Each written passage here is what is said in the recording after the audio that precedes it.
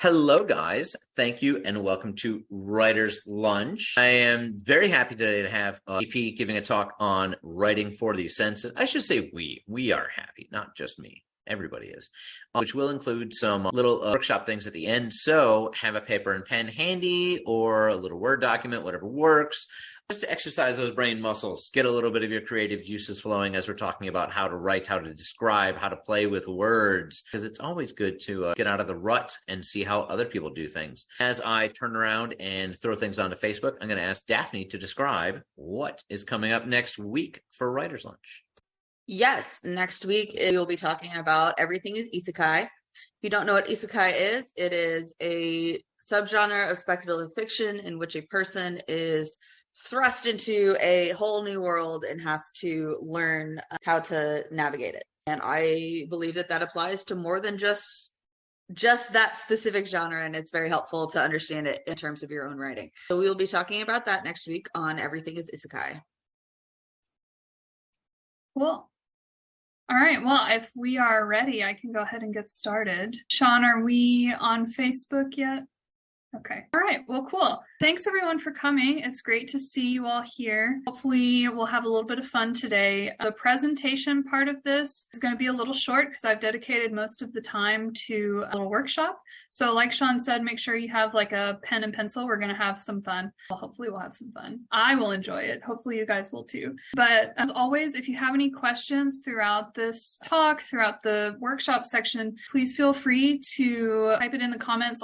Or type it in the chat. I'll try to pay attention to the chat, or just unmute yourself and ask a question. So all right, let's get started. So a little bit about me. Y'all all know me. I've been in rotation with the rest of the Writer's Lunch presenters for a while. But for those of you who, this may be your first Writer's Lunch, I'm a science fiction and fantasy author. I have a few short stories published in print venues. I am currently querying my first novel. I'm an editor at Tomeworks, and I wanted to talk to you guys about sensory writing because I really love sensory details in writing. The more lush a world feels, the more real the characters feel, the more I enjoy a story. So I just had a little picture here that I thought was a really good kind of like sensory pic. This is a picture I took in Austria last summer. Really good. You get like the mountains and the city. So you have a lot of like potential in this particular image for sensory description. Sean says purple. I do enjoy, some purple prose. There is, and I'm not really going to be talking about purple prose a lot today, but that's just when your prose gets very flowery, and a lot of people would consider something that is purple prose to be overly descriptive to the point of being a detriment to the story. And oh, Sean, go ahead. A point to make on that, and this is why reading your own stuff out loud is really good, because if you can read lush descriptions and it flows very well as you're reading it, that's really helpful. But if you are, being very descriptive and then you go back and you read it out loud and you have tongue twisters, you might be doing purple prose. Yeah. And that is, purple prose is something that, we want to include a lot of sensory detail, but not to the detriment of the story. We don't want to detract from the plot by getting lost in the weeds of describing everything in minute detail. And we'll go through that a little bit. Yeah, Sean says up to the line, but not over. There is a line, and it's hard. It takes practice to figure out where that line is. So why is sensory writing important? So just as we rely on our senses to experience the world around us, so do our characters. And so, having a book that has little to no sensory description makes the world feel smaller, makes what's happening in the plot feel less like you feel more detachment from the plot when you can't really visualize what's happening. Daphne says talking heads. Yeah, when you have just dialogue with very little sensory description and no real detail of what's happening around the characters, your story will start to kind of feel like your characters are just talking heads in a realm of nothingness. And that's not very engaging for readers. So including sensory language and kind of weaving in different, sights and smells and feelings will make your world feel more vibrant and real and help your readers get more immersed in your work. Like, I'm sure everyone has read a book where you get lost in it. You lose track of time while you're reading it because like what's on the page is so vibrant and feels so real that you could just like keep reading the book forever and not even notice until you get to the end. You can also use sensory writing to reveal world building details for your readers that may not otherwise make it onto the page. So if you've, invented this like humanoid species that interacts with, normal humans on a regular basis, you want to describe what that species looks like. Otherwise, your readers are going to think they're just another normal human and won't get that nuance of detail. You can include Easter eggs, nods to other works in sensory description. You can also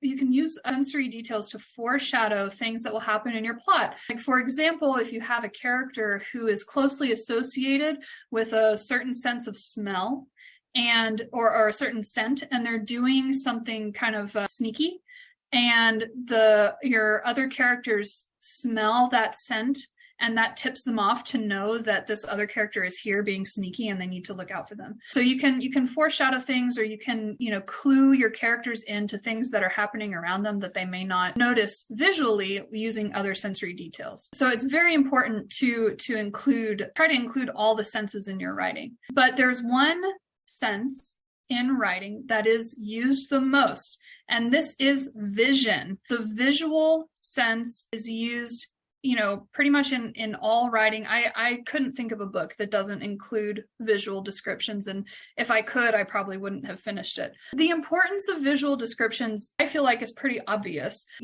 As you're writing, part of your job as a writer is to build visuals for your readers so that they can envision what's happening on the page. I know for me, for my own writing process, a lot of like my scenes or ideas or whatever start with an image in my head. I just get like this I don't want to call it like a burst of inspiration, because a lot of times I've been thinking about it for a long time, but I'll get images in my head, and then I put the characters into the image, and that's how I kind of build my scene. So I start with a visual.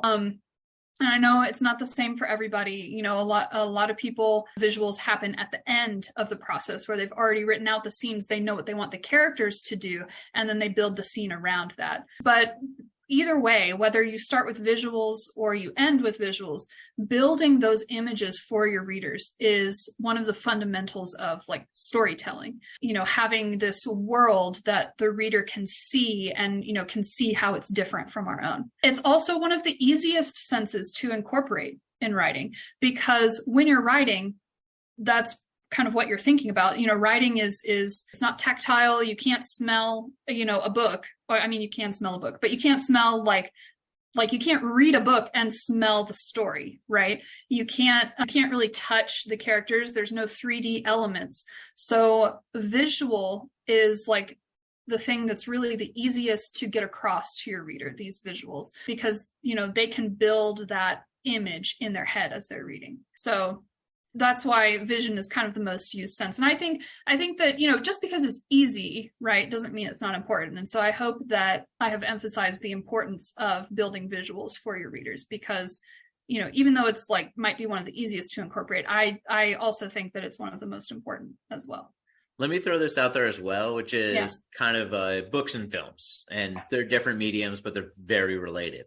And so as you were saying that, I was thinking, in a film, if somebody says something, smells something, you have to say it. And so you have to tell. So that goes to the show versus tell.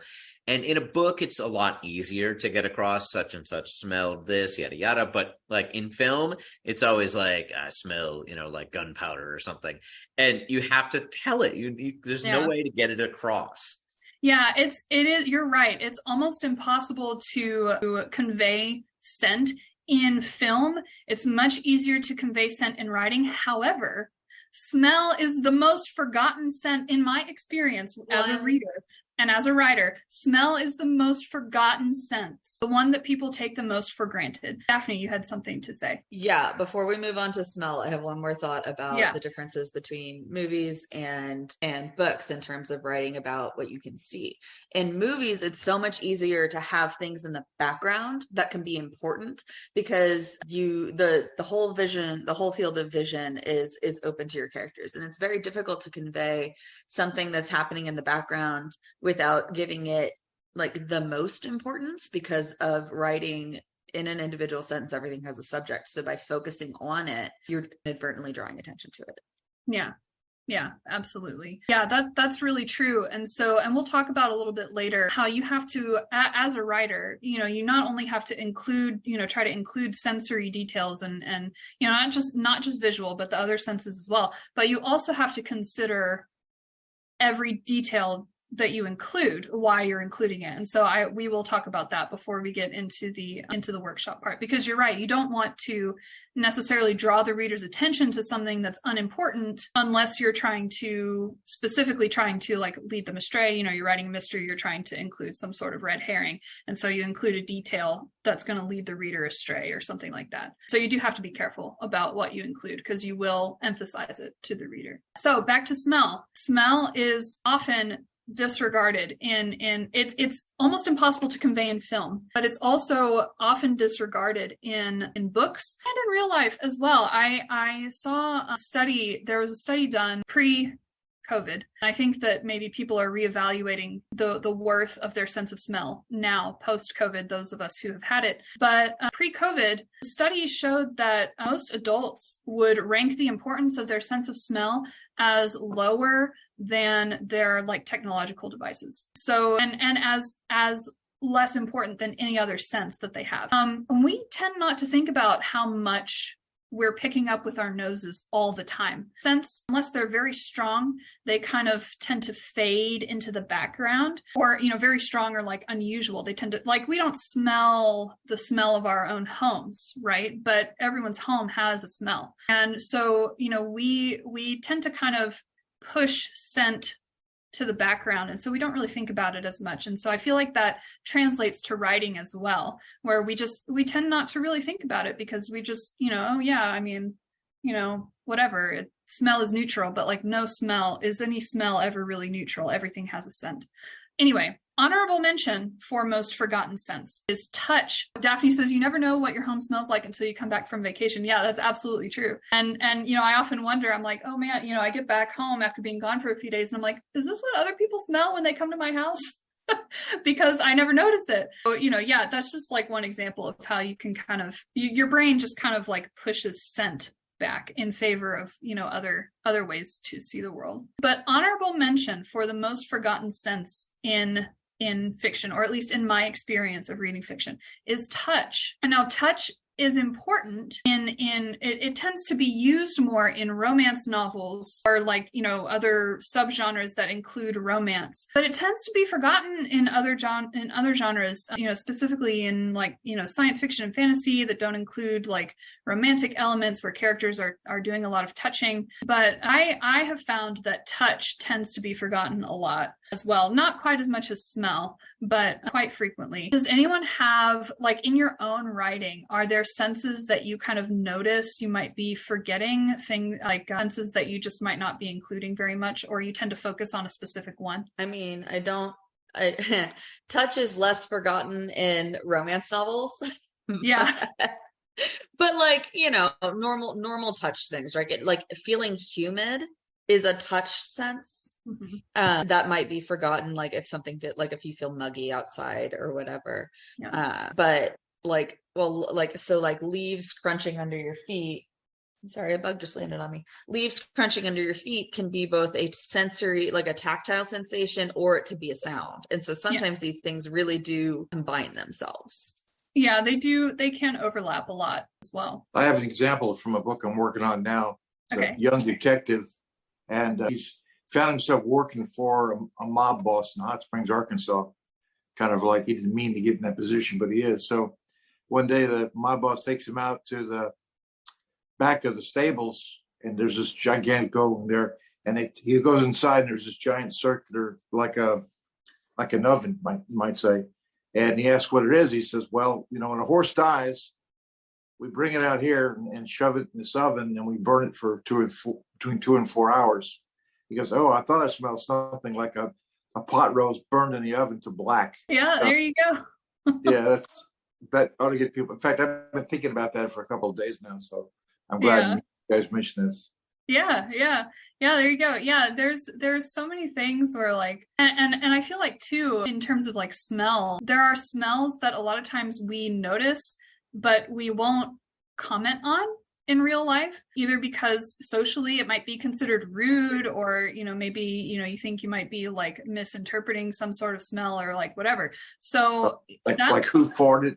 Yeah, exactly. But that might be like another reason for like maybe disregarding, because we can't disregard our vision, right? Like we see things, and we can't say, well, I don't see it. I mean, like some people have situational blindness, but like but you can disregard things that you smell a lot more often for social reasons as well. We got some things in the comments. Jay says touch. Says the only time he's ever used smell in recent works is when his characters are using odor suppressants. Yeah. Abisha says also forget mentioning touch, and has noticed writing about scents and odors sometimes. Yeah. Cool. Yeah, it's interesting to see like what kinds of senses you guys are like already aware of including, or like aware of, maybe missing. Because I know I tend to disregard. I try to make an effort to include smell and touch in my work, because I think those are the two that I kind of like. I tend to really focus on visual presentation. And so like for me, it's definitely these two right here, smell and touch, are the two that I also tend to disregard. Casey. Hi. I was thinking like for me, it is definitely, I use more about visual things. And then I'm thinking about smell. And I think overall, for me, I'd find it more difficult because I would have to compare it to something like this smell is like something, whereas thinking that person would know or have had that reference to what it is that I'm saying smells like something. I think for me, it'd be difficult to common ground about like a smell of something. If something is burning or you have burnt toast, we have maybe that common knowledge about those particular things. But if I'm trying to describe car pollution, for me it'd be like, I don't know, there's like a zinc smell, but like I'm not sure everybody would get that. So to me, I think I'd find it a little harder trying to zero in on how to convey what the smell actually smelled like to me. That's it. Yeah. Thank you.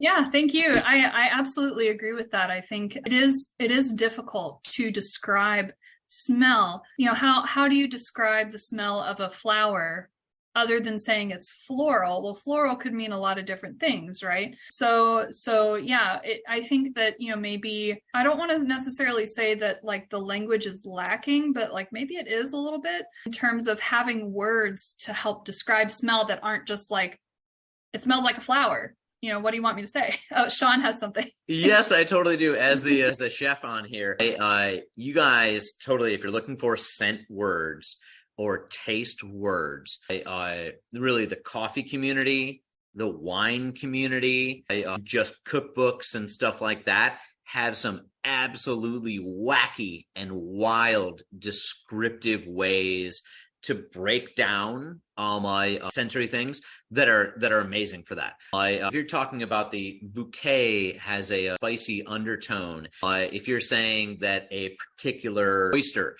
has a brine of the sea, there's tons of different words, and you can apply them to a lot of other things. But that's where people have invested their time in smell and taste. And so, yeah, coffee and wine, especially to get a breadth of words, but just cooking descriptions, chef's descriptions of things where you're really breaking down the differences between, I can tell that this nutmeg, is both fresh and from the island of Sumatra. And, there's differences in things that are incredible. And when you get into that nitty gritty, you can get a lot of sensory words. Mm-hmm. I wrote a book about Santorini. And there are a number of wines that are actually made there on the island, and they have a very volcanic, minerally taste, very, very unique. buy these at some of the higher end stores, but I bought a couple for the book, and you have to describe them if people are having wine in your book, you need to describe what it tastes like to them. And that's a great source for, you mentioned to go look for words like that. I mean, but this is such a great exploration because it also matters what your character is capable of tasting, right? So if my character is having her first glass of red wine at 18 years old, it's not going to taste the same as it is going to be for like a distinguished palate. And so what she's going to taste is, wow, that's bitter. Your first beer. Yeah, first beer. Yeah, I agree with that. And I think that is what is on my next slide. Oh no, I have one more about other senses, but yes, I do have that on one of my slides. So moving on a little bit, thanks everyone for all your comments and discussion. So there are also other senses other than like the 5 classic senses, sight, hearing, smell, touch, taste. We also have other ways to sense the world around us. We have internal feelings, our emotions, physical feelings. I would argue that those are senses as well. And also the ability to interpret the feelings of others based on subtle clues, empathy, understanding and sharing in others' feelings. All of those things are other ways that we interpret the world. They're just not connected to like a particular sensory organ unless you count the brain as a sensory organ. So these are other kind of like sensory things that you have to keep in mind when you're writing, is how your character would experience that. Daphne says, don't forget proprioception. That's someone's understanding of where their body is. So feeling dizzy or off balance counts. Yeah, I would file that under internal feelings for sure. But yeah, it definitely counts. Definitely is another sense, another way of how the layer, like another layer of how we experience the world. All of these things like layer on top of each other and form kind of, how we or how our characters view the world around them. So talking about characters, when you're adding sensory detail to your book, we've talked about this a little bit, consider your point of view character.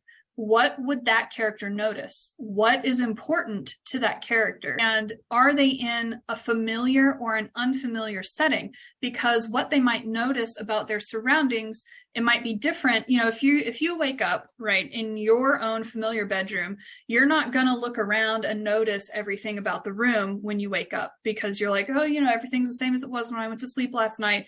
I might turn off my alarm clock and notice that, oh, maybe I overslept a little bit or something. But if you're in an unfamiliar setting, you wake up in an unfamiliar room, you're going to be more inclined to do a scan of the room, look around, see what's around you. So consider the setting that your characters are in, whether it's a familiar or an unfamiliar place, what your character wants, the kinds of, kind of person your character is will determine the kinds of things that are important to them and the things they might notice. Are your character's senses different from the customary 5+ that we have? And Russell in the chat said mental telepathy. That would count as your, your character having a sense that's different from the customary ones that we are used to, that you would have to, as the writer, get across to the reader. Also, and this is another thing that we kind of mentioned, you don't want to overwhelm the reader by trying to use all the senses all the time.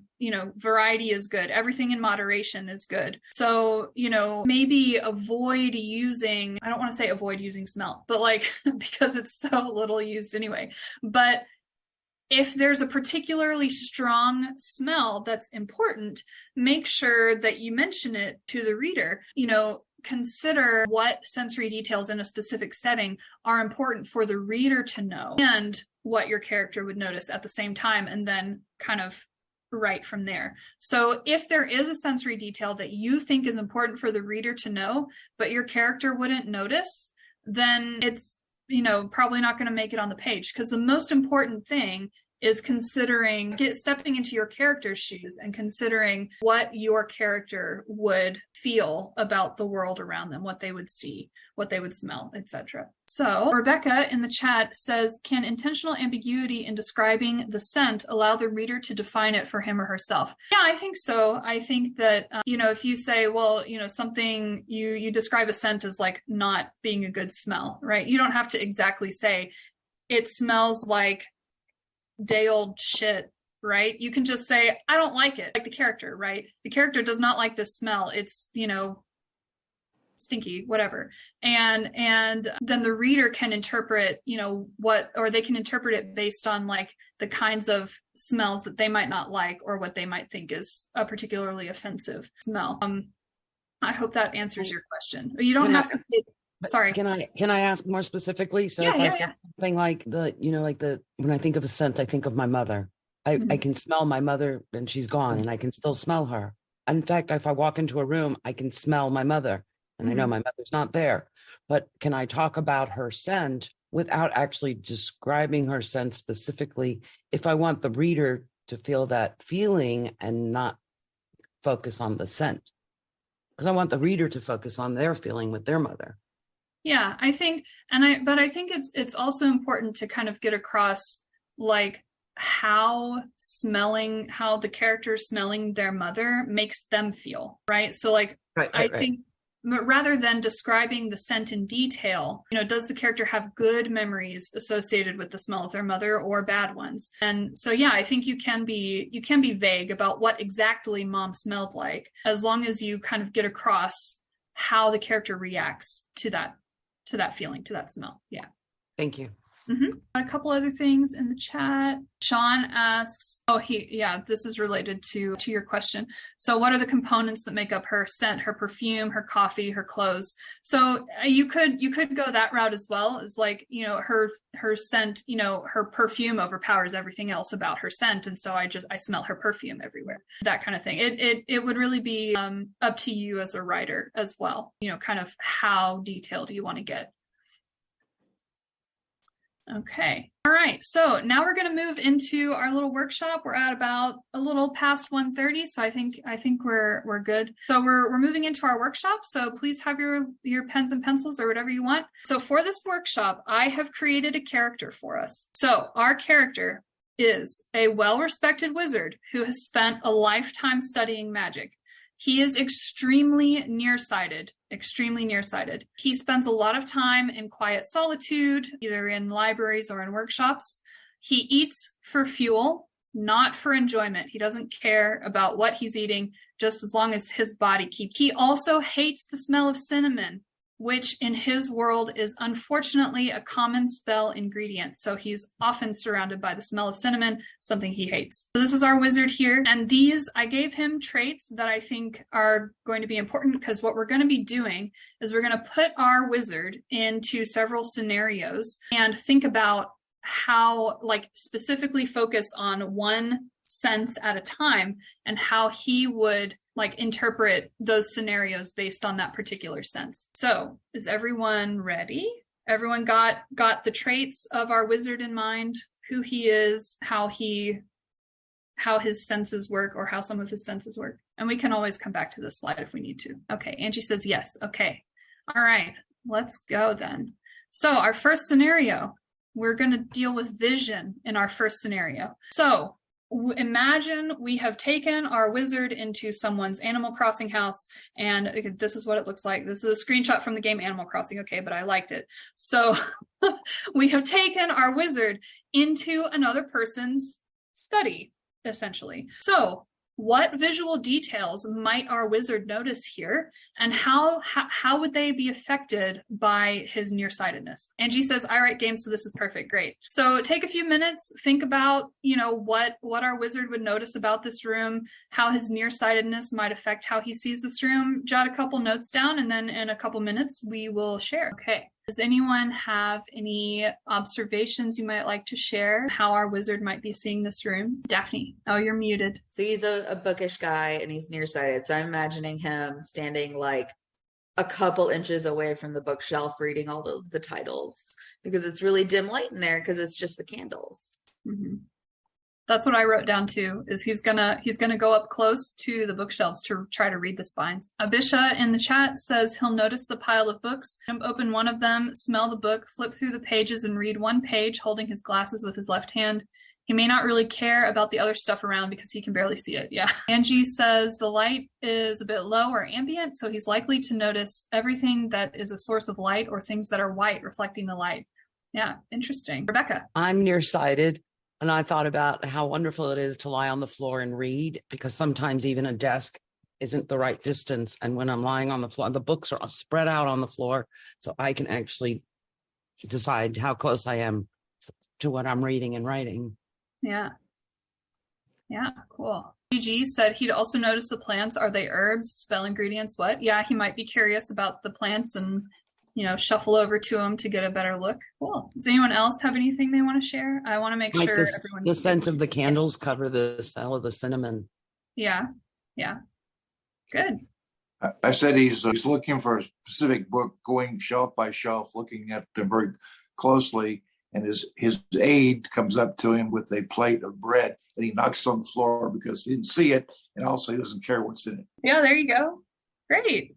Yeah, that's good. Yeah, thanks everyone. Yeah, I like that. I like that almost everyone kind of fixated on the books aspect, that he would be really interested in kind of, checking them out, however, whatever form that took, he would have to kind of get up close to see. I did think Angie's insight was really interesting, that, because the light is a bit low, the main things he would notice, at least at first, are, the light sources. So yeah, he might be drawn to the candles. I kind of had this image in my head of him trying to get close to the bookshelf and accidentally singeing his beard on the candles because he got too close. So yeah, but very good, observations for sure. And I think that's good, practice. I think it's fun to practice getting into different characters' heads. So I think it's good, very good observations, everybody. All right, so moving on.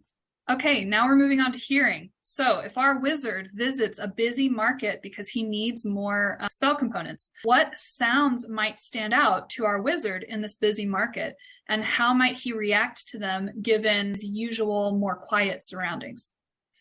So again, take a minute or two, make some notes, and then we'll share. Okay. Would anyone like to share? Does anyone have some ideas they want to share with us? I see in the chat, Daphne says he hates the sound of people talking, particularly the children.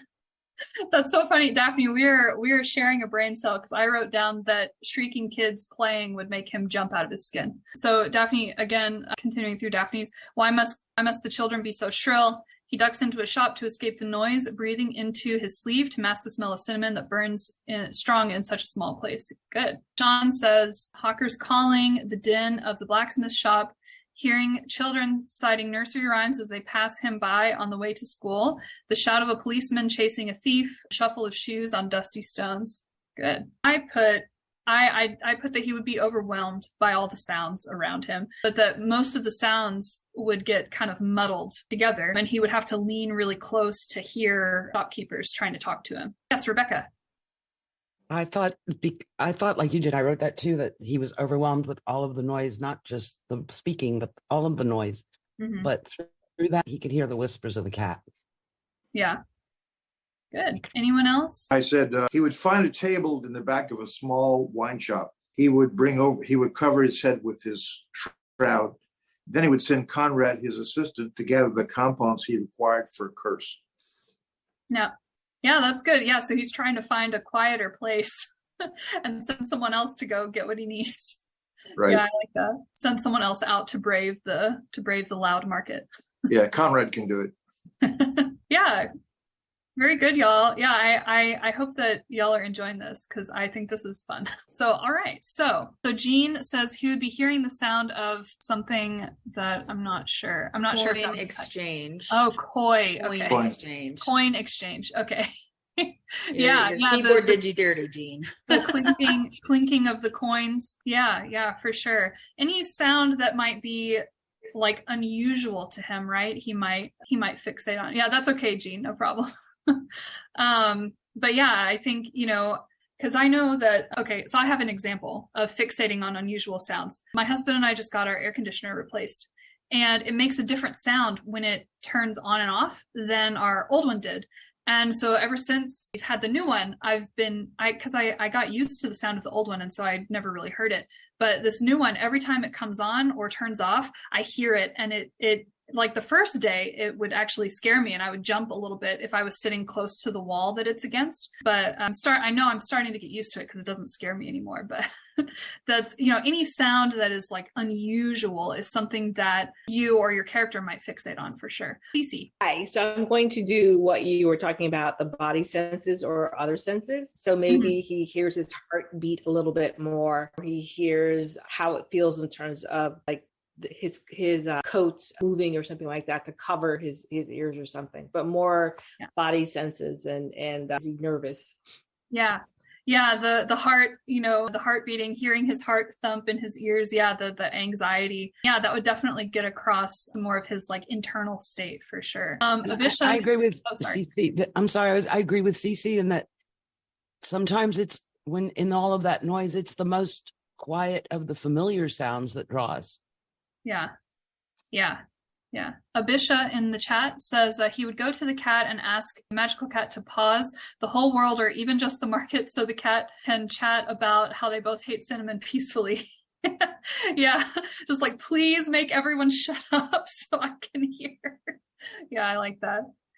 Great job, guys. All right, let's go to the next one. So here is touch. So here we have the wizard's, he has infiltrated his rival's study and he's going through the contents of his rival's desk. So what sensations might he make note of as he's rifling through the contents? He's like moving, books and papers aside or like potion bottles or whatever. What kinds of tactile things would he maybe notice or just kind of take note? So just take a couple minutes. Okay. Does anyone have something they'd like to share? Daphne says, the crack of old paper as he leafs through the book, a few pieces flake off, the watery feel of ink on his fingers as the pen leaks. The old wood desk is losing its polish, becoming rough in parts. Good. Cece. Hi, I was saying that the desk has become smoother, and so he's running his fingertips over the finest made wooden desk around. And then there's also the note of dust on the fingers as he wipes across. And then I said that candle wax, I don't know if there's a candle on there or not, but I'm going to say there's candle wax buildup. And so when you run your hand across, it glides over. Good. Very cool. Bisha in the chat says he'll touch the rigid surface of the skull first, putting one of his fingers in the eye sockets to see how deep the cavity is. He'll move his index finger on the surface of the open book, then dip his finger in the ink to imprint his touch on his rival's desk as a mark of his victory. Oh, that's cool. Jill says anxiety when he hears noises coming from outside the room. Yeah. I wrote that he would feel the smoothness of the paper and kind of scoff that it's higher quality paper than what he buys, and that he would try to avoid handling inks or pens so he wouldn't stain his fingers. But good. Yeah, I like that everyone's kind of, fixating on different things. We're all thinking about, the same character and who he is as a wizard and how he might like go through his rival's desk, how his own personality traits might influence, what he fixates on. But we're all kind of fixating on different things. I think that's really cool. I said he opens the desk and feels a dice, a knife, and an inkwell. He slides his hand around carefully, and then he feels a small book. He takes the book and slides it into his pocket. Then he takes a small book, similar in feel, and replaces it in his desk. Very cool. Then what? Yeah, then what? That's for you to decide. Right. Yeah, cool. All right. Okay, let's see. We have a couple more of these and we're almost out of time. So moving on to taste. So our wizard is presented with this very decadent looking cake. And this is funny because I didn't realize last night when I was putting this together, the cinnamon sticks on the cake. How did you not notice? I don't know. That's what I thought it was. It was like 11:30 when I found this picture, and so I was kind of tired. So anyway, if our wizard is presented with this cake by someone of higher rank than him, and he's expected to enjoy a slice, what flavors might he notice in this dessert? And how might he react to the expectation that he needs to actually like eat and savor and enjoy this? That makes it so much better. Bisha says it's okay, we can pretend the cinnamon sticks are chocolates. Yeah, if you want to pretend the cinnamon sticks are chocolates, please feel free. All right. Does anyone have anything they would like to share? Okay. In the chat, BG says, doesn't recognize the cinnamon, tastes, throws it across the room, fireball. Yeah. Just that instant reaction of, oh, this is disgusting. I hate it. Fireball like is Wizard's reaction to everything. In D&D. Sorry, Daphne. So I'm imagining that this was a cake made for him by someone like he really loves or whatever, you know, like a younger sister or the shopkeeper he has a crush on or something like that, and that he's presented with it and this person doesn't know he hates cinnamon, and so he's trying so hard to like it for them when he doesn't either like cakes or cinnamon. Gene says he would fake his taste gratification because he eats for fuel, not pleasure. Yeah. Yeah, I wrote that in light of the cake being cinnamon, that would just overpower any other flavor. You know, there's obviously oranges in the cake as well, but because cinnamon is something that he hates, that would just kind of ruin the whole thing for him. And, you know, he would just eat it probably without tasting it very much just because he's expected to, you know, get it down as fast as possible so he doesn't have to taste it. Anyone else have things they'd like to share about taste? I would. I actually covered my mouth. I thought, oh my gosh, reflux. He grabs an orange and walks away. Yeah, there you go. Cece. Okay, so I'm going to say because he's a wizard, he decides to change the cake into something that he actually likes that will fuel him. Yeah, there you go. That's my contribution. Yeah, he just like gets rid of the cinnamon completely. Abisha in the chat says he lifts a slice of tangerine and puts it on his tongue. It reminds him of his childhood, magical, innocent, and full of sweet memories. Slowly, as the tanginess hits in, he remembers that he's older now, picks up a cinnamon stick and swallows it without chewing. Yeah. Very good, y'all. It's interesting because so when I was you know, making little notes about this, and you know, we know that smell and taste are very closely interlinked, and so smell affects taste and things like that. And so when I was like taking little notes, the first thing I wrote was the cinnamon burns his nose as he takes a bite, and then I remembered I was like, wait, no, I'm supposed to be focusing on the actual taste, not the smell, but they're very closely linked in real life. So I think it's interesting that other people kind of said things about smell as well that he would notice when he was trying to taste this cake. All right. So now smell. Our wizard visits a spice trader to pick up components for his spells. What smells might he notice most and how might he react to them? Okay. Does anyone have something they'd like to share? So WG says in the chat, he'd probably notice cinnamon most and try to ignore it to focus on the other scents. Yeah.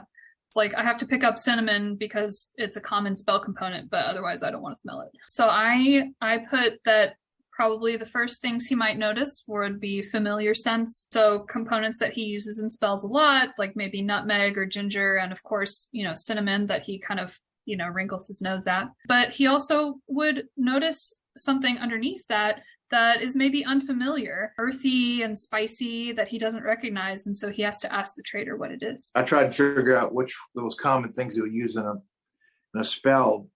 And he'll be shopping for those. And I came up with cardamom, nutmeg, ginger, peppers, berries, thyme, and chives.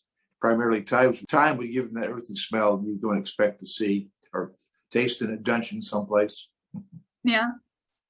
Yeah, and he has to smell all the components before he buys them to make sure they're fresh. Mm-hmm. Yeah. Bisha says all smells diffuse into one, that of cinnamon. And for our dear wizard, cinnamon means bitterness, hurt, ache, and everything one wouldn't want to experience. To his good luck, the lady vendor notices and closes the cinnamon jar. I like that. So he doesn't just not like cinnamon, he has trauma associated with the smell of cinnamon.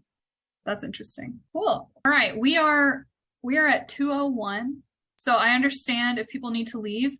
I have one more little workshop thing for us to do, and that was kind of going to be the end of my presentation. So sorry that we're running a little late, but the final little exercise is for the other senses, the internal senses that a wizard might have, or how the wizard interprets other people. So how might our wizard interpret the feelings of another character?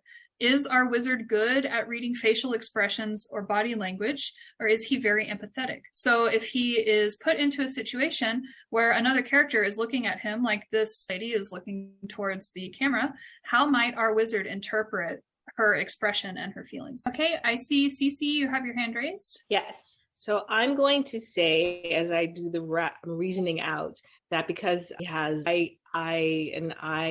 he looks in terms of how close things are, farther or closer or farther away, he won't be able to see the person's expression, whatever it is that his nearsighted or farsighted. I get mixed up with exactly what they are. And then I'm thinking that he would rely on the voice and the tone of the voice who is speaking to him as well to determine, although we can disguise our voice. And then I'm thinking that if the person actually is in the light, as opposed to scouring in the dark, that he might have a different sensation also. Yeah, good.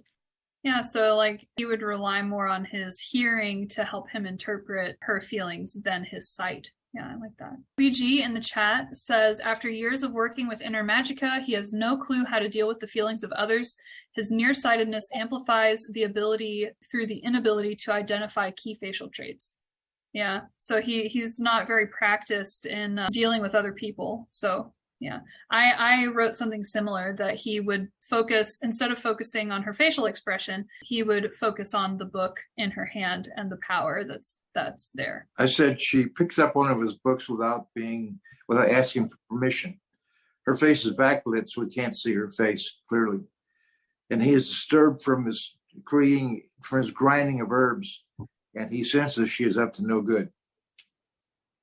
Yeah, so she's going through his stuff, picking up his books. Yeah, I like that. Cool. Anyone else have something they'd like to share? I really like your interpretation of his character, that he finds her immediately suspicious because she picked up his stuff. It's very relatable. Yeah, it is very relatable. So, someone comes into my house and immediately starts going through my stuff. That's an instant way to earn my ire for sure. All right. Well, cool.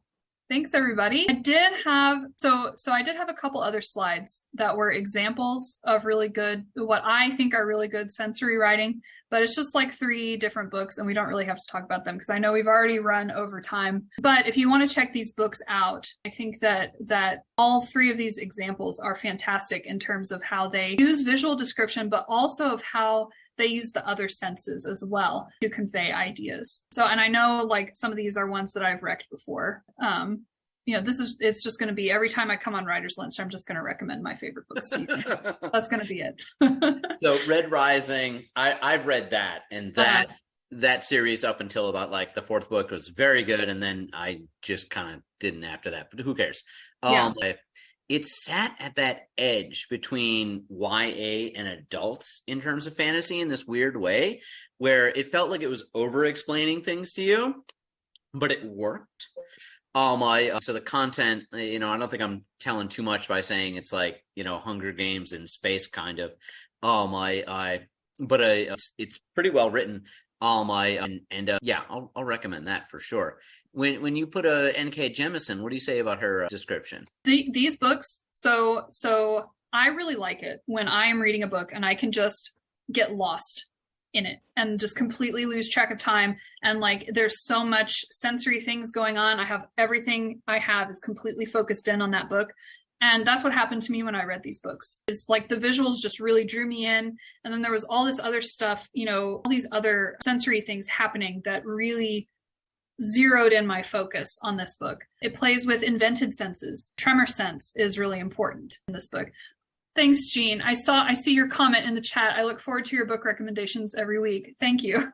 Let me say this. So, tremor sense is a different sense, an invented sense. Invented sense. And I call it tremor sense. It's not called tremor sense in the book. It's called tremor sense in D&D, but that's basically what it is you're sensing the tremors in the earth. And yeah, this is your invented sense that gets played with a lot in this book. And I think it's fantastically done. And then the last one is Ursula Le Guin, who I always have to rec. She's my favorite favorite author. But her books, especially like the Hainish cycle, focuses more on the internalized senses and how people relate to each other and build empathy despite cultural gaps, cultural and knowledge gaps. And in her books, she tends not to rely heavily on visuals, but when she does use them, they're very good. But I think for internalized senses, definitely check her out to get some really good examples of those. All right, so that's it. Sorry for running over, but I hope that y'all enjoyed our exercises. I hope this kind of got the juices flowing a little bit and helped you think about how to incorporate sensory details into your work. If you have any questions, please feel free. I can hang around for a few minutes, so feel free to ask questions. Otherwise, we'll see you next week. For all the isekai that you can handle, we'll fill a giant bowl with isekai. There will be gummy worms and also buffalo chicken wings in the same bowl. Everything is isekai. Yeah. All right. It will be fun though. Very Thank good you, talk. Anna. This Thank is you. great. Fun. Good. Yeah, good. And answer the question in the chat. Yes, this video will be available on Facebook. You can check out our Writer's Lunch page, and it's already up there. It's been live this whole time. There's like this delay, like it, compactifies it, and then it will be available in like half an hour or so. But all of our older ones are on there as well. Writer's Lunch on Facebook. You can just search it. Very easy. We also have a Google Drive folder linked on our Facebook page where we put our PowerPoint slides. So if you don't really care to watch the whole video, but you want to see the slides, you can find that on our Facebook page as well. Cool. All right. Thanks, everybody. I appreciate y'all coming. Hope you had fun, and we'll see you next week.